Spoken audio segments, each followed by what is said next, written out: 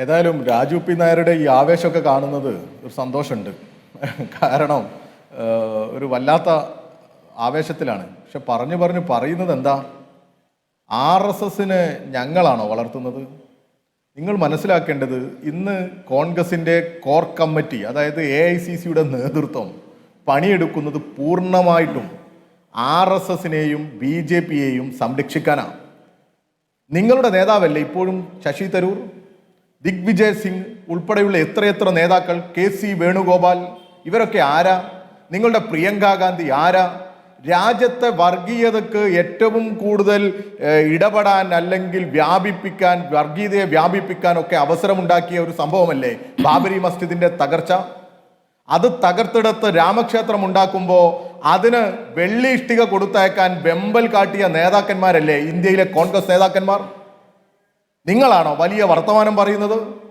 ഈ രാജ്യത്ത് സംഘപരിവാരത്തിന്, RSSന് വലിയ ഏറ്റവും കൂടുതൽ ശാഖകളുള്ള ഈ കേരളത്തിൽ ജീവൻ കൊടുത്ത RSSനെ പ്രതിരോധിച്ച പ്രസ്ഥാനത്തിന്റെ പിന്മുറക്കാരനും അതിന്റെ നേതൃത്വവുമാണ് സഖാവ് പിണറായി വിജയൻ. നിങ്ങൾക്കൊക്കെ ഇങ്ങനെ ബടായി അടിച്ചു പോകാനേ പറ്റൂ. പ്രതിരോധിക്കാനോ കവചം തീർക്കാനോ ഈ നാടിനെ സംരക്ഷിക്കാനോ പറ്റില്ല.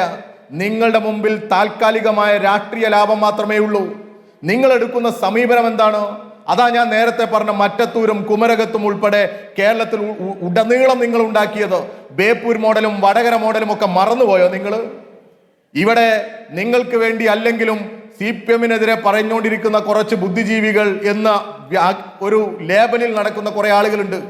അവരുടെ ആഗ്രഹം എല്ലാ കാലത്തും CPMനെയും CPMന്റെ അപ്പുറത്തേക്ക് പിണറായി വിജയനെയും അങ്ങ് തീർത്തു കളയണമെന്ന. അതിനുവേണ്ടി ബുദ്ധിയും സമയവും ആരോഗ്യവും ഒക്കെ ചെലവഴിച്ച് അവരങ്ങ് മടുത്തു പോവുകയുള്ളൂ. അവരിപ്പോ വീണ്ടും അങ്ങ് മാളത്തുനിന്ന് പുറത്തിറങ്ങി വരിക. ഏതൊക്കെ പാതയിലാണ് അവരൊക്കെ പോയത് എന്ന് എന്നെ കൊണ്ട് വെറുതെ പറയിപ്പിക്കണ്ട.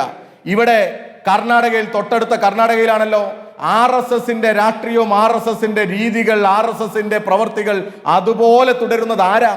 നിങ്ങളാണോ? ലഹങ്കയിൽ, ഇവിടെ ബാംഗ്ലൂരിൽ തൊട്ടടുത്താണല്ലോ. ഒന്ന് പോയി നോക്കണ്ടേ രാജു പി നായർ? അവിടെ എത്ര കുടുംബങ്ങളെയാണ് നിങ്ങൾ ആട്ടിയിറക്കിയത്? എത്ര കുടുംബങ്ങളെയാണ് ബുൾഡോസർ കൊണ്ടുവന്ന് തരിപ്പണമാക്കിയത്? അവിടെ ഒരു സെയ്ദ് മുബാറക് ഉണ്ട്. ഞങ്ങളുടെ നേതാവ് സഖാവ് A റഹീം പോയപ്പോ ആ മുബാറക് ഒരു കല്യാണക്കുറി എടുത്ത് കാണിച്ചു. ഈ ജനുവരി മാസം 2-ാം തീയതി, അതായത് നാളെ അദ്ദേഹത്തിന്റെ കല്യാണമായിരുന്നു. ആ കല്യാണം നടക്കേണ്ട വീടാണ് നിങ്ങളുടെ ഈ സൗത്ത് ഇന്ത്യയിലെ നിങ്ങളുടെ വലിയ പ്രതീക്ഷയാണെന്ന് പറയുന്ന കോൺഗ്രസ് നേതാക്കന്മാർ ഭരിക്കുന്ന കർണാടകയിൽ ആ പാവപ്പെട്ട മുസ്ലിം വിഭാഗത്തിന്റെയും ദളിതരെയും വീടുകൾ അടിച്ചു പൊളിച്ച് നിരത്തിയത്. എന്നിട്ട് അതിന് ന്യായീകരണവുമായിട്ട് ആ മുസ്ലിം ലീഗിനെ നമ്മൾ കണ്ടത്. നേരത്തെ ബാബരി മസ്ജിദ് പൊളിച്ചപ്പോ എന്ത് നിലപാടാണോ മുസ്ലിം ലീഗ് എടുത്തത്, അതേ നിലപാടാണ് മുസ്ലിം ലീഗ് എടുക്കുന്നത്. എന്നാൽ ഇതേ മുസ്ലിം ലീഗിനെ കുറിച്ച് കോൺഗ്രസിന് വ്യത്യസ്ത അഭിപ്രായമില്ല എന്ന് നിങ്ങൾക്ക് പറയാൻ പറ്റുമോ? നിങ്ങളുടെ VD സതീശൻ തന്നെ പലതവണയും ഈ മുസ്ലിം ലീഗിനെതിരെ പറഞ്ഞിട്ടുണ്ട്. വെള്ളാപ്പള്ളിയെ മാത്രം നിങ്ങൾ പറയുന്നുണ്ടല്ലോ, VD സതീശൻ പറഞ്ഞിട്ടില്ലേ? മലപ്പുറത്ത് 5-ാം മന്ത്രി വിവാദവുമായി ബന്ധപ്പെട്ടുണ്ടായ ചർച്ചകൾ ഈ കേരളത്തിൽ കൊടുമ്പിരി കൊണ്ടപ്പോ VD സതീശന്റെ സ്റ്റേറ്റ്മെന്റ് എന്താ? ഈ മുസ്ലിം ലീഗിനെതിരാ. നിങ്ങളുടെ ആര്യാടൻ മുഹമ്മദ് ഈ മലപ്പുറം കുട്ടി പാകിസ്ഥാനാവും എന്ന് പറഞ്ഞിട്ടില്ലേ? നിങ്ങളും BJPയും മാത്രമാണ്, അതായത് BJPയുടെ പഴയ പാർട്ടി ജനസംഘവും മാത്രമാണ് മലപ്പുറം രൂപീകരണത്തിനെതിരെ സമരം നടത്തിയത്, കോൺഗ്രസും ജനസംഘവും.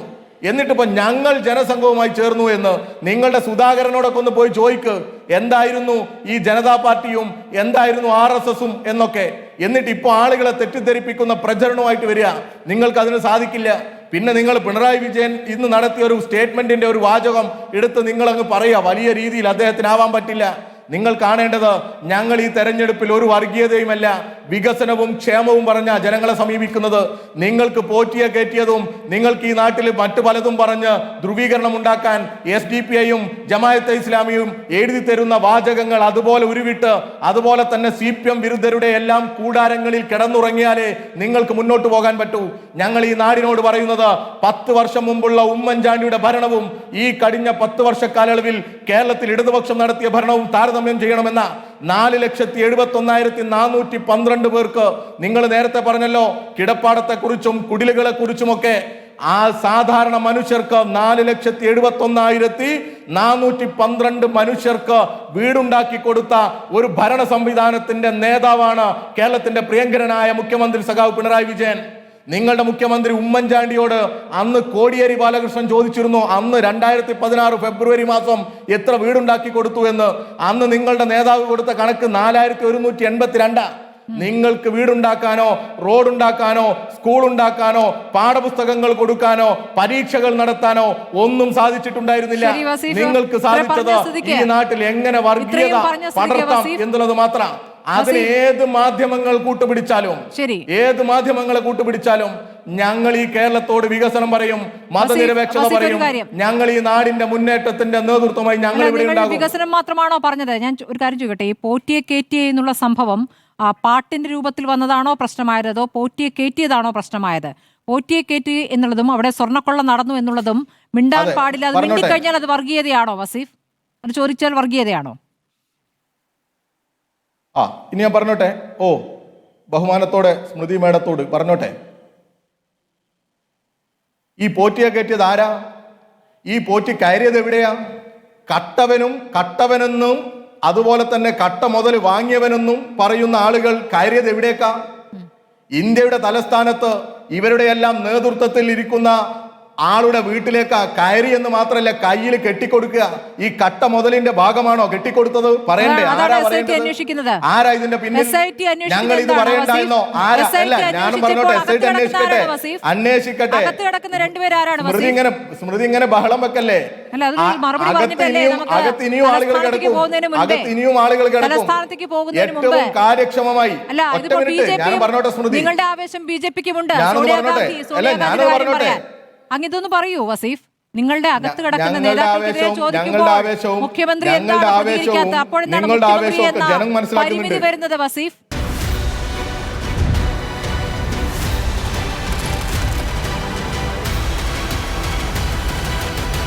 Debate with Smriti Paruthikad.